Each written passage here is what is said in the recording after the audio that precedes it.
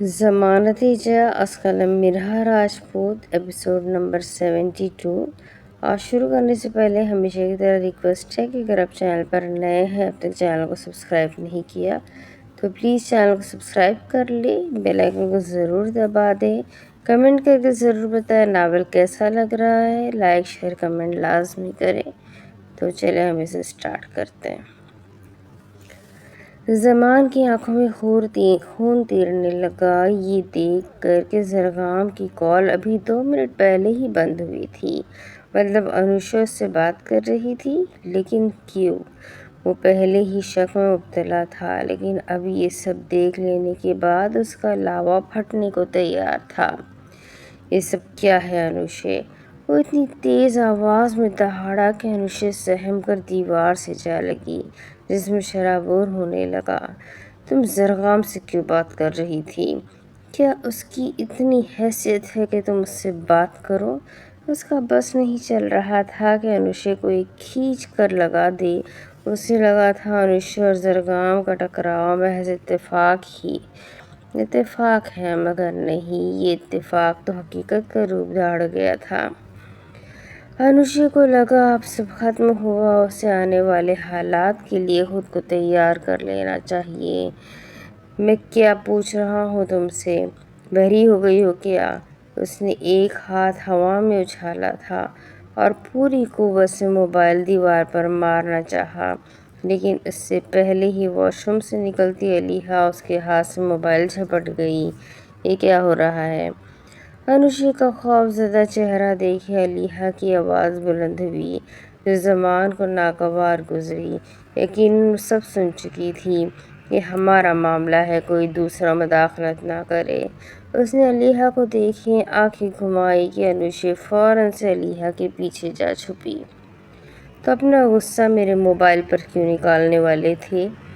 علیحا نے ایک آئیبرو اچکا لی۔ زمان نے الجھ کر اسے دیکھا۔ یہ تمہارا موبائل ہے؟ شکر تھا کہ علیحا نے سب سنبھال لیا تھا۔ انوشا کی سانس میں سانس آئی تھی۔ جی ہاں، یہ میرا موبائل ہے، علیحا ایک ایک لفظ پر زور دیتی بولی۔ زمان اس کے چہرے کے اتار چڑھاؤ دیکھتا رہ گیا۔ میں انوشا کو پکڑا کر واش روم گئی تھی۔ وہ بات سنبھالنے کی اور زمان کو اپنے اعتماد میں لینے کی کوشش کر رہی تھی، لیکن موبائل پر زرغام کی کال آ چکی تھی۔ اسے صرف اس ایک سوال کا جواب چاہیے تھا۔ ہاں، کیونکہ میں اس سے بات کر رہی تھی، سہولت سے جواب آیا۔ انوشا علیحا کا کانفیڈنٹ دیکھتی رہ گئی۔ زمان کو شاید اتنی اسٹریٹ فارورڈ جواب کی توقع نہیں تھی۔ انوشا کو اور مجھے کچھ چیزیں منگوانی تھیں، وہاج نے بولا۔ میں زرغام کو کہہ دوں، وہ لا دے گا، اور ہم اسے چیزیں لکھوا رہے تھے۔ وہ تفصیل سے بولی، جس پر زمان کے چہرے کے تاثرات فارمل ہوئے۔ کیا تمہیں کچھ اور پوچھنا ہے؟ وہ اکتا کر بولی۔ زمان نے ایک نظر انوشا کو دیکھا، جو مضبوطی سے علیحا کا بازو تھامے ہوئی تھی۔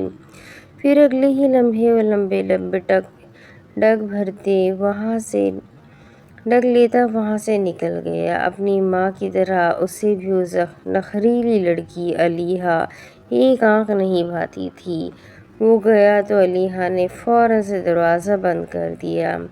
علیحا، اگر آپ نہ ہوتی تو میں بہت بری طرح پھنس جاتی۔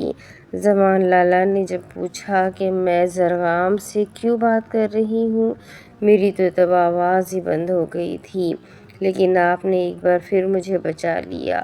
یہ بہت مشکل سچویشن تھی جس میں علیحا نے اسے آسانی سے نکال دیا تھا۔ میں تمہیں ہر بار بچاؤں گی انوشا، میرے ہوتے ہوئے تمہیں گھبرانے کی ضرورت نہیں۔ علیحا نے موبائل بیڈ پر رکھے اس کا گال سہلایا۔ آپ اتنی اچھی کیوں ہیں علیحا؟ وہ اس سے لپٹ گئی۔ کیونکہ تم اچھی ہو انوشا۔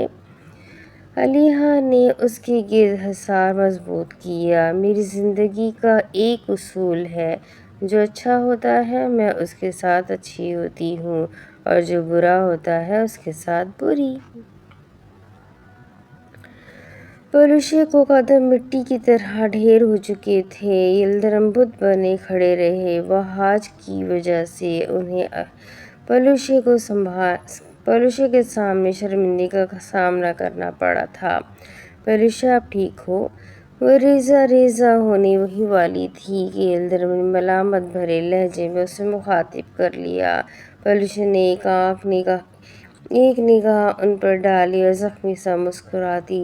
جی بابا سائی، میں ٹھیک ہوں۔ آنسو کا سیلاب بہنا چاہتا تھا مگر وہ ضبط کر گئی۔ پہلے ہی اس کی زندگی میں اتنے دکھ تھے کہ اب ایک اور۔ وہ مجھ سے اتنی نفرت کیوں کرتے ہیں؟ اس کا لہجہ دل چیر دینے والا تھا۔ یلدرم کے لب سل گئے۔ بہت ہمت مجتمع کرتے وہ دبے دبے قدم چلتی بیڈ تک آ گئی۔ پہلے تو وہ ایسے نہیں تھے۔ وہ بیٹھی اور چہرہ گرا لیا۔ یوں اگر وہ چہرہ اٹھا لے گی تو یلدرم اس کے دل کے حال سے واقف ہو جائیں گے۔ وہ اب بھی ایسا نہیں ہے پلوشے۔ یلدرم اس کے برابر آ بیٹھے۔ پلوشے اپنے ہاتھوں کی انگلیوں سے چھیڑ چھانی کرنے لگی۔ پھر انہوں نے یہ کیوں کہا کہ میں یہاں سے چلی جاؤں؟ اس کے سوال پر یلدرم کی زبان تالو سے چپک گئی۔ جواب ان کے پاس نہیں تھا۔ اس ایک پل میں انہیں وحاش پر بے تحاشا غصہ آیا تھا۔ وہ جانتے تھے وہ پلوشے کی وجہ سے ان سے ناراض ہو رہا ہے، لیکن وہ اپنی ناراضگی اس طرح نکالے گا انہیں یہ نہیں معلوم تھا۔ کیا انہیں میرا آنا اچھا نہیں لگا؟ دوسرا سوال ہوا۔ یلدرم کے پاس اب بھی کوئی جواب نہیں تھا۔ آپ کو یاد ہے جب میں اسٹڈی کے سلسلے میں آؤٹ آف کنٹری جا رہی تھی تو انہوں نے مجھے کہا تھا جلدی آنا پلوشے، میں تمہارا انتظار کروں گا۔ میں آ گئی لیکن انہوں نے میرا انتظار نہیں کیا۔ وہ زمین کو گھور رہی تھی، لب مسلسل حرکت کر رہے تھے۔ وہ بہت کچھ کہنا چاہتی تھی لیکن کہہ نہ پائی۔ اس نے انتظار کیا پلوشے۔ اچانک سے پلوشے نے سر اٹھا کر انہیں دیکھا۔ اسے یقین نہ آیا، گویا اس نے کچھ غلط سن لیا ہو۔ اس نے بہت انتظار کیا لیکن حالات کچھ یوں ہو گئے کہ اسے نکاح کرنا پڑا۔ وہ بات کا آغاز کر چکے تھے۔ پلوشے ایک ٹک انہیں دیکھ رہی تھی۔ اگر اس نے انتظار کیا تھا تو پلوشے کو محسوس کیوں نہیں ہو رہا تھا؟ اس نے یہ نکاح اپنی مرضی سے نہیں کیا۔ وہ تو یہ نکاح کرنا ہی نہیں چاہتا تھا لیکن میں نے اسے مجبور کیا۔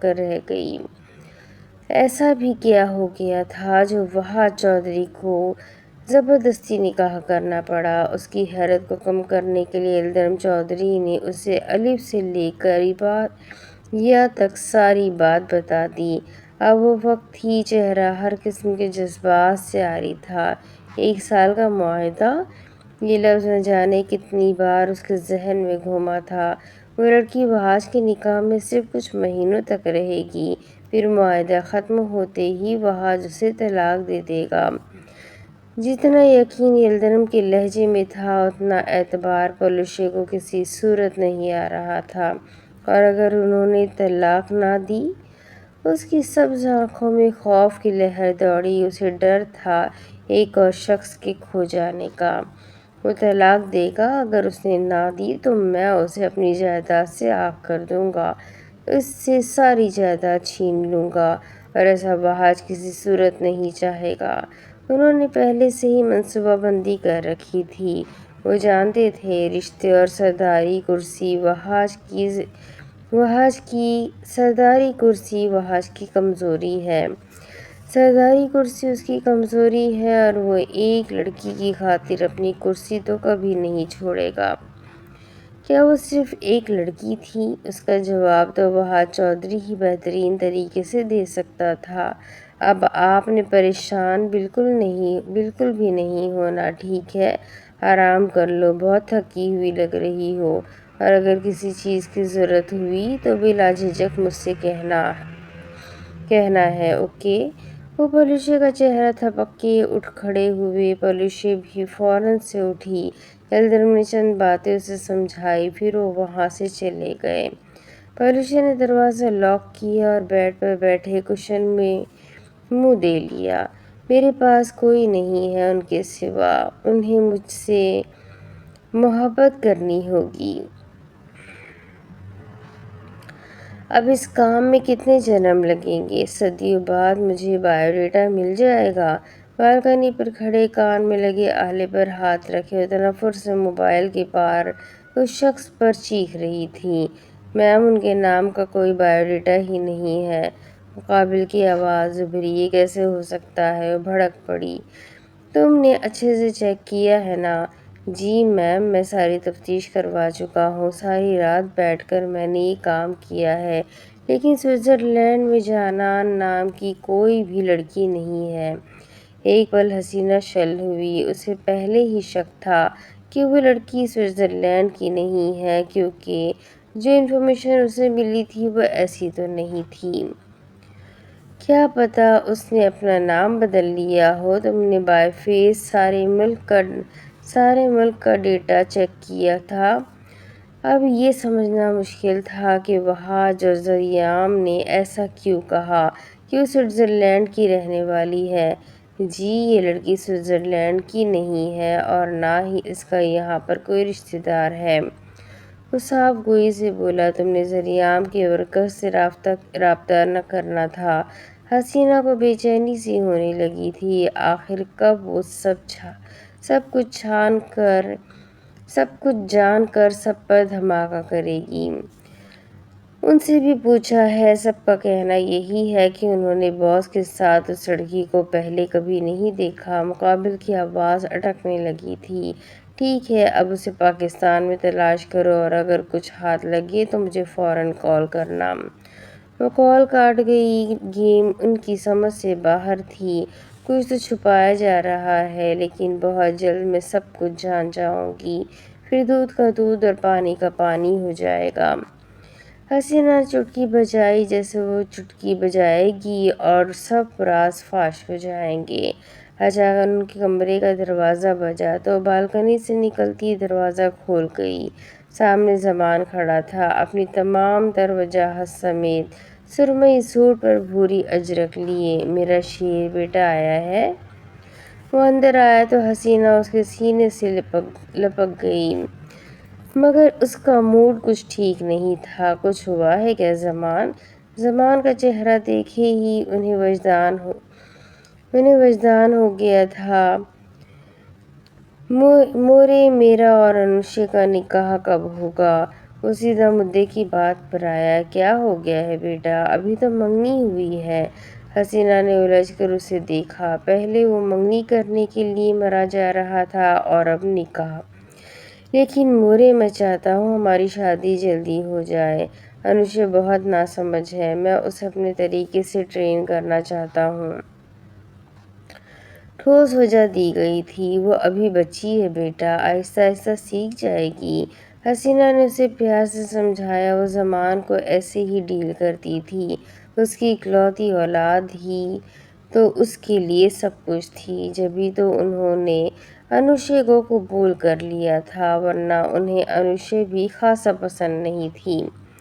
یہی تو مسئلہ ہے، وہ بچی ہے، لیکن وہ علیحا، وہ اس کا دماغ خراب کر دے گی۔ وہ شاید صحیح سے اپنی بات حسینہ تک پہنچا نہیں پا رہا تھا۔ کیا کہنا چاہتے ہو تم زرگام؟ وہ سنجیدہ ہوئی، مورے، میں صرف اتنا چاہتا ہوں کہ وہ آج کی بیوی انوشے سے دور رہے، اس کے لچھن کچھ ٹھیک نہیں ہے۔ جب تک ہمارا نکاح نہیں ہو جاتا وہ لڑکی انوشے سے دور رہے گی۔ اس نے نفرت آمیز لہجے میں کہہ دیا، ہر کسی کو ہی علیحا سے تکلیف تھی۔ تم فکر نہ کرو زمان، میں اس پر نظر رکھوں گی، لیکن مجھے بتاؤ تو صحیح کہ ہوا کیا ہے؟ انہیں بس معاملہ جاننا تھا۔ وہ لڑکی ملازموں سے بات کرتی ہے اور اسے دیکھا دیکھی انوشے بھی وہی کرنے لگی ہے۔ ابھی تھوڑی دیر پہلے وہ موبائل پر زرگام سے بات کر رہی تھی، آپ صحیح کہتی تھی، اس کا اور زرگام کا کوئی تو لنک ہے، زمان بتا رہا تھا، اور حسینہ مسکراتی چلی گئی۔ اسے تو پہلے سے ہی شک تھا کہ دال میں کچھ تو کالا ضرور ہے۔ تم سب کچھ مجھ پر چھوڑ دو، اگر ایسی ویسی کوئی بات ہوئی تو بہت جلد منظر عام پر آ جائے گی۔ وہ سمجھ چکی تھی کہ اسے اب آگے کیا کرنا ہے۔ زمان پرسکون ہو گیا، اب اس کی ماں جانے اور وہ لڑکی میں نے آپ کے کپڑے نکال دیے ہیں، جلدی سے ریڈی ہو جائیں۔ دروازہ کھولے وہ کمرے میں آیا تو ڈریسنگ کے سامنے کھڑی علیحہ تیار ہونے میں مگن تھی۔ لیونڈر کلر کی لانگ شرٹ پر کیپری پہنے، ٹیشو کا دوپٹہ کرسی پر جھول رہا تھا۔ ہم کہیں جا رہے ہیں؟ اس کی اتنی تیاری دیکھے وحاج اپنی کن پٹی مسلتا اس کے پیچھے جا کھڑا ہوا۔ جی، یک لفظی جواب آیا کیونکہ وہ لپ گلاس لگا رہی تھی۔ کہاں؟ جب اس نے اچھے سے اپنے ہونٹ سجا لیے تب وحاج نے اس کی بالائیں لیتے ہوئے پوچھا۔ میرے ہر برتھ ڈے پر جانان مجھے ریسٹورنٹ لے کر جاتی ہے تو اس نے انوائٹ کیا ہے، اب میں اکیلی تو جا نہیں سکتی۔ تھوڑا سا بلش آن کا ٹچ دیے علیحہ نے اپنے بال کھول لیے، ڈرا سے اسٹریٹنر مشین نکالی اور سوئچ لگائے آن کر لی۔ صرف اس لیے مجھے ساتھ لے جا رہی ہو؟ وحاج کرسی کھینچے بیٹھ گیا۔ مطلب میں انوائٹڈ نہیں ہوں؟ اس کا انداز ایسا تھا جیسے اگر وہ نہ کرے گی تو وہ نہیں جائے گا۔ آپ کو ذریعام نے انوائٹ کیا ہے، اب منہ بنانے کی بجائے جلدی سے ریڈی ہو جائے۔ بالوں میں برش کرتے وہ تیزی سے بولی اور اسٹریٹنر اٹھائے تھوڑے تھوڑے بال پکڑے اسٹریٹ کرنے لگی۔ اور ہاں، ہمارے ساتھ انوشے بھی جائے گی۔ یاد آنے پر اس نے بتا دیا، انوشے کو بھی جانان نے ہی انوائٹ کیا تھا۔ میں نے مورے کو بتا دیا ہے، ہم باہر ڈنر کرنے جا رہے ہیں۔ اس کے ہاتھ تیزی سے چل رہے تھے کہ وحاج اٹھا اور اس کے پیچھے آ کھڑا ہوا۔ پھر دیکھتے ہی دیکھتے اس نے علیحہ کے ہاتھ سے اسٹریٹنر پکڑا اور اس کے حصوں میں بٹے بال ترتیب سے اسٹریٹ کرنے لگا۔ وحاج میں خود کر لوں گی، آپ ریڈی ہو جائیں۔ علیحہ نے وال اسٹینڈ پر لگی گھڑی دیکھی جو 8 بجانے ہی والی تھی۔ انہیں زیادہ لیٹ نہیں ہونا تھا۔ کہتے ہیں جب تک بچے نہ ہو جائے تب تک شوہر بیوی کو ہی بچوں کی طرح پالتا ہے۔ اب تمہارا بچوں کی طرح خیال تو میں ہی رکھوں گا نا۔ اتنی گرم ہے یہ، کہیں تمہارے ہاتھ میں نہ لگ جائے۔ اب یہ بھی تو مجھے ہی سوچنا ہے نا۔ وہ تقریباً اس کے سارے بال اسٹریٹ کر چکا تھا اور بہت ہی اچھی طرح کیے تھے۔ یہ میرا روز کا کام ہے، آپ اپنا دیکھ لیں، یہ نہ ہو میرے بال اسٹریٹ کرتے کرتے آپ کے ہاتھ کی لکیریں بھی سیدھی ہو جائیں۔ اس کے سنجیدہ مگر مزاحیہ انداز پر وحاج نے ایک بھرپور قہقہہ لگایا۔ علیحہ نے اسٹریٹ بالوں پر برش کیا اور پرپل کلر کی اسٹار والی دو پنس آگے کو لگائی۔ چلے یہ پکڑے کپڑے اور شاور لے جا کر۔ علیحہ نے کبرڈ سے اس کا پریس ہوا 3 پیس سوٹ نکالا اور اسے تھما دیا، لیکن مقابل تو دنیا جہاں سے بے خبر، بس اسے گھورنے میں مصروف تھا۔ وحاج جائے، وہ اپنی جگہ سے نہ ہلا تو علیحہ نے پوری قوت سے اسے آگے کو گھسیٹا۔ صبح کی نسبت اب وہ تھوڑی نارمل ہو چکی تھی۔ تم بھی آ جاؤ، واش روم کے دروازے کے پاس ٹھہرتے اس نے آفر کی، لیکن علیحہ تو بس اسے اندر ڈھکیل دینا چاہتی تھی۔ میں نے نہا لیا ہے، اس نے وحاج کو آنکھیں دکھائی مگر اسے پھر بھی اثر نہ ہوا۔ میرا انتظار نہیں کر سکتی تھی؟ وہ زجر کر رہا تھا۔ پتہ نہیں۔ وحاج علیحہ نے دانت پیس لیے، بس اس سے زیادہ وہ برداشت نہیں کر سکتی تھی کہ وحاج فوراً سے واش روم کے اندر گھس گیا۔ اچھا سنو، ٹاول تو پکڑا دو۔ وہ پلٹ گئی کہ پیچھے سے وحاج کی آواز آئی۔ علیحہ نے بیڈ سے ٹاول اٹھایا اور ہوا میں اچھال دیا، جسے کیچ کیے وہ دروازہ بند کر گیا۔ جب تک وہ شاور لے کر باہر آیا تب تک علیحہ فل ریڈی کھڑی تھی، سینے پر بازو باندھے وہ اسے ہی گھور رہی تھی۔ یہاں آئے، آپ کے بال ڈرائی کروں؟ وہ ٹاول سے بال خشک کر رہا تھا کہ علیحہ کی پکار پر کرسی پر جا بیٹھا۔ علیحہ نے ڈرائر اٹھایا اور برش کرتے ہوئے اس کے بال خشک کر دیے۔ اب وہاج اٹھا اور اپنی سفید قمیض کے بٹن بند کرنے لگا، لیکن نہ جانے کس سوچ کے تحت رک گیا۔ علیحا، یہ بٹنز بند کر دو۔ وہ جو ڈرا میں رکھ رہی تھی فوراً سے مڑتے اس کے بٹنز بند کرنے لگی۔ اس دوران وہاج کی نگاہیں اس کے گلوزی ہونٹوں پر تھیں جو خاصا چمک رہے تھے۔ علیحا، میرے اسٹڈ کہاں ہیں؟ وہ بٹن بند کیے جانے ہی لگی تھی کہ وہاج نے اسے ایک اور کام دے دیا۔ علیحا نے ڈریسنگ ڈراور سے اسٹڈ نکالے اور اس کے کفس میں لگا دیے، پھر اس کا کالر ٹھیک کیا جس کے لیے اسے اپنی ایڑیاں اٹھانی پڑی تھیں کہ دفعتاً وہاج تھوڑا نیچے کو جھک گیا، گویا اس کی بیوی کہیں تھک ہی نہ جائے۔ بال بھی ٹھیک کر دو۔ ٹھیک ٹھاک تو تھے اس کے بال، لیکن وہ بس علیحا کو خود میں مصروف کر رہا تھا۔ پھر علیحا نے انگلیاں چلایا، اس کے بال بھی ٹھیک کر دیے۔ اچھا سنو، وہ سینڈل پہننے کے لیے پلٹی کہ پرفیوم کا بے جا دریغ استعمال کر دے۔ وہاج نے اسے ایک بار پھر مخاطب کر لیا۔ اب کیا ہے؟ علیحا تب گئی۔ آج وہ اپنا کوئی بھی کام خود نہیں کر رہا تھا۔ شال تو پکڑا دو۔ وہاج اپنی بدتیسی کی نمائش کرتا ہوا بولا۔ آپ کے ہاتھ ٹوٹ گئے ہیں کیا؟ وہ الٹی پڑی۔ نہیں، سلامت ہے، یہاں آؤ تمہیں پکڑ کر دکھاؤں۔ فٹ جواب آیا۔ ہاں، بس انہی کاموں کے لیے ہے، کاموں کے لیے ہی تو چلتے ہیں۔ وہ ڈارک ہو گئی تو بے اختیار ہی وہاج کی ہنسی چھوٹ گئی، جبکہ علیحا نے اس کی مسکراہٹ میں کھونے کے بجائے کبرڈ سے شال پکڑی اور اس کی طرف اچھال دی۔ پکڑے اور ایک سیکنڈ کے اندر اندر کمرے سے باہر نکلے۔ وہ شال کیچ کر گیا تو علیحا نے فوراً سے سینڈل پہنی اور اپنا دوپٹہ اٹھاتی اوڑھنے لگی۔ وہاج شال شانوں پر اوڑھے اس کے سامنے آیا اور اس کا ہاتھ پکڑے چوم لیا۔